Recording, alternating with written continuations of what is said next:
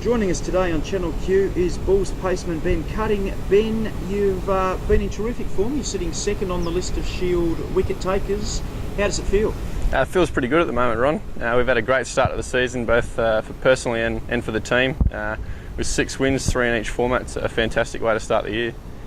It was obviously a really tough year for you. You were comprehensively the leading wicket taker 2 seasons ago in the Shield, and then you had the ankle, the Achilles problems there. Just take us through that. Did you get a little bit down, or were you always up that you were going to get there and there was light at the end of the tunnel?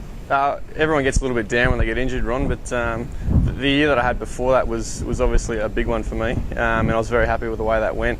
I worked hard during last season to get myself fit and ready for this year, and so far so good. It'd be nice to keep taking wickets and keep winning games for the boys.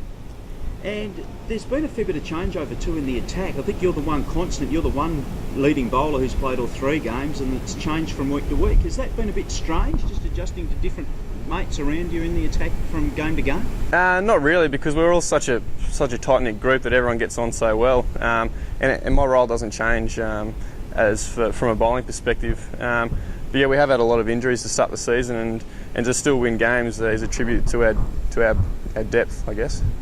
As you mentioned, the team's obviously going terrifically well, 6 from 6. What's been the secret to that?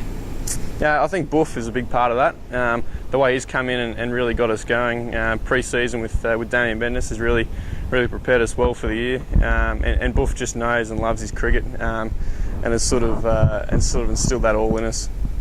It's been a fairly hectic start to the season. There hasn't been a lot of downtime. The Bulls have got a 6-day, 7-day break now between games. New South Wales coming up. What's the plans for the rest of the week? It's going to be a pretty quiet week. I think Wednesday's a very big training session. Buff's kept most of that under wraps. I think Damien is going to take us apart first thing in the morning with some cardio, and then it's off to the nets for a while. But as you say, we're off to the Gabba next week again, which is always good to be back at your home ground, particularly against New South Wales.